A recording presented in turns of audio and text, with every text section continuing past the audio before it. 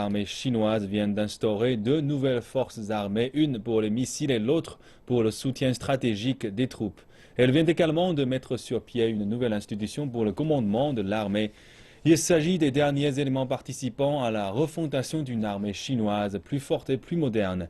Dans le même temps, la commission centrale militaire du PCC du Parti communiste chinois vient de dévoiler les grandes lignes de la réforme militaire. Regardons plus en détail.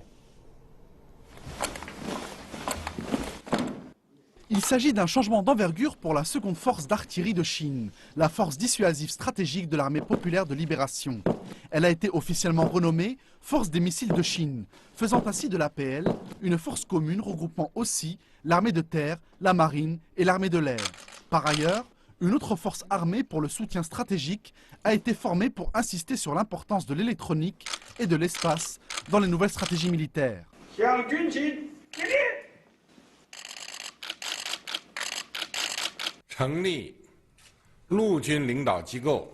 La formation de la nouvelle force armée des missiles et de la force de soutien stratégique est une décision majeure prise par la Commission centrale militaire pour réaliser le rêve de la refondation d'une armée forte et moderne en Chine. Les nouvelles forces armées créées font ainsi partie d'un ensemble de mesures qui ont été prises dans le cadre des réformes militaires actuelles. Vendredi dernier, la Commission centrale militaire a publié une importante déclaration mettant en lumière son orientation dans le processus actuel et mettant l'accent sur sa détermination pour mener à bien ces réformes. Le message qui a été délivré concerne le renforcement du commandement de l'armée grâce à la refonte complète de l'ancien système de commandement commun centré autour de l'armée de terre. Les réformes entendent ainsi améliorer les capacités générales au combat.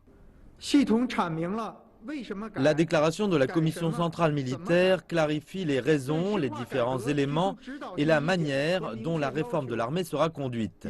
Aussi, elle indique clairement les exigences attendues par les forces armées, tout en rappelant son rôle de soutien essentiel. Les grandes lignes des plans pour la réforme militaire avaient été annoncées au mois de novembre dernier, au moment où Xi Jinping s'était engagé à mener à bien la refonte globale avant 2020.